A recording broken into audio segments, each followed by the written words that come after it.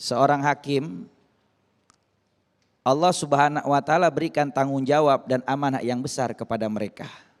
Oleh sebab itu seorang hakim harus memutuskan setiap keputusan yang dia sampaikan di dalam menentukan suatu hukum dengan seadil-adilnya, dengan mencontoh baginda Rasul Nabi Muhammad SAW. Dengan mencontoh baginda Rasul Nabi Muhammad SAW di dalam memutuskan satu keputusan hukum, maka saya yakin kualitas pengadilan dan wibawa seorang hakim itu dapat diperbaiki. Dan juga dengan kepastian hukum yang disampaikan oleh seorang hakim yang sesuai dengan Al-Quran dan hadis baginda Rasul Nabi Muhammad, ini akan meningkatkan kepercayaan masyarakat kepada pengadilan dan juga kepada para hakim. Dan yang tidak kalah penting, negara tetap bisa berjalan di atas dasar hukum, bukan di atas dasar kekuasaan. Bapak Ibu sekalian yang dirahmati oleh Allah Subhanahu wa taala, seorang hakim ini memiliki tanggung jawab yang berat. Makanya di dalam satu hadis baginda Rasul Nabi Muhammad SAW, di dalam hadis yang datang dari sahabat Abu Hurairah, Rasul mengatakan, "Man ju'ila qadiyan bainan nasi faqad dzubiha bighairi sikin." Siapa orang yang Allah jadikan dirinya sebagai seorang hakim yang memutuskan satu ketetapan hukum bagi orang yang mengalami persoalan atau permasalahan hukum, maka niscaya mereka itu diibaratkan seseorang yang disembelih tanpa menggunakan pisau. Maksudnya apa? Mayoritas ulama jumhur mengatakan maknanya seseorang yang dia mengambil dan mengemban amanah sebagai seorang hakim, berarti dia harus siap untuk menerima celaan dan cacian dari orang-orang yang berhadapan dengannya. Terlebih lagi di saat hakim tersebut memutuskan satu keputusan hukum tidak sesuai dengan kebenaran, maka itu adalah tanggung jawab yang besar dan bahkan bisa membawa dia menuju nerakanya Allah Subhanahu wa taala. Na'udzubillah min dzalik.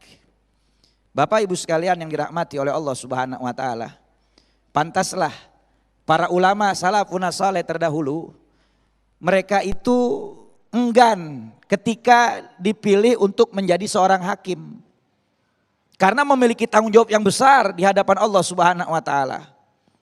Sampai ada di antara mereka yang melarikan diri dari kotanya karena nggak mau diangkat menjadi hakim. Di dalam kitabnya Imam Ghazali mengatakan bahwasanya ketika seseorang dia mau mengemban satu amanat yang besar menjadi seorang hakim, maka setidaknya dia memiliki beberapa hal yang harus ada di dalam diri seorang hakim.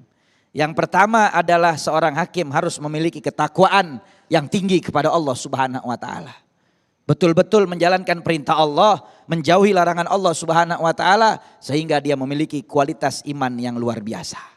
Sehingga tidak mudah menyimpang dari sesuatu yang tidak dibenarkan di dalam syariat Allah Subhanahu wa taala. Lalu yang kedua, seorang hakim harus memiliki keteguhan hati, sehingga hatinya tidak mudah goyah ketika disodorkan kesenangan dunia, jabatan, kedudukan, popularitas, kesenangan, harta duniawi, maka dia tidak goyah karena dia punya keteguhan hati dan dia hanya menentukan satu keputusan hukum dengan apa yang disebutkan oleh Allah di dalam Al-Quran dan Rasulnya Nabi Muhammad SAW. Lalu kemudian yang ketiga, seorang hakim itu harus memiliki ilmu pengetahuan. Tadi guru kita Kiai Hakam sudah menyampaikan, kata Kiai Haris Hakam, Rasul itu berpesan bahwasanya ada orang yang dia masuk neraka karena dia menentukan atau memutuskan satu keputusan hukum tapi dengan kebodohan. Maka tempatnya di neraka. Maka nggak bisa seorang hakim itu bodoh, nggak ngerti di dalam hukum. Dia harus memiliki ilmu pengetahuan di dalam bidangnya. Makanya Nabi udah bilang dari dulu, idza usidal amru ila ghairi ahli fantadiri sa'ah. Kalau satu urusan diserahkan kepada yang bukan ahlinya, maka tunggu kehancurannya. Kadang ada urusan yang diserahkan kepada ahlinya, tetapi nggak punya ketakwaan yang tinggi kepada Allah, maka juga akan hancur dan binasa. Ini yang ketiga kata Imam Ghazali. Yang keempat, seorang hakim itu harus memiliki sifat keberanian yang besar. Karena di dalam memutuskan satu hukum, satu perkara, maka dia berhadapan dengan bermacam-macam jenis kekuatan di depan, di belakang, di kanan, di kiri, di atas, di bawah. Tetapi kalau seorang hakim punya kekuatan, keberanian, maka dia akan memiliki kemampuan untuk memutuskan hukum sekalipun harus berhadapan dengan berbagai kekuatan, karena dia memiliki kekuatan yang paling terbesar, yaitu Allah Subhanahu wa taala. Dan yang kelima, seorang hakim itu harus memiliki kekuatan. Karena kalau lemah dia nggak akan mampu untuk memutuskan satu keputusan hukum dengan seadil-adilnya. Di zaman dulu para nabinya Allah Subhanahu wa taala, mereka dijadikan oleh Allah Subhanahu wa taala sebagai penyelesai di dalam masalah yang dihadapi oleh umat. Di dalam Al-Quran surah Al-Baqarah ayat 213 Allah Subhanahu wa taala berfirman, "Kana nasu ummatan wahidatan faba'atsallahu nabiyina mubasyirina wa mundhirin wa anzala ma'humul kitaba bil haqq liyahkuma bainan nas fima ikhtalafu fih." Dulu manusia itu adalah umat yang satu, kata Allah. Ketika terjadi perselisihan, terjadi permasalahan, maka Allah utus para nabi di tengah-tengah mereka untuk membawa kabar gembira, untuk membawa peringatan, ancaman kepada mereka. Dan Allah turunkan bersama para nabi kitab untuk menyampaikan kebenaran di tengah-tengah mereka. Untuk memutuskan satu keputusan hukum di antara mereka atas apa yang mereka perselisihkan. Jadi para nabi itu adalah sebagai hakim bagi para umatnya.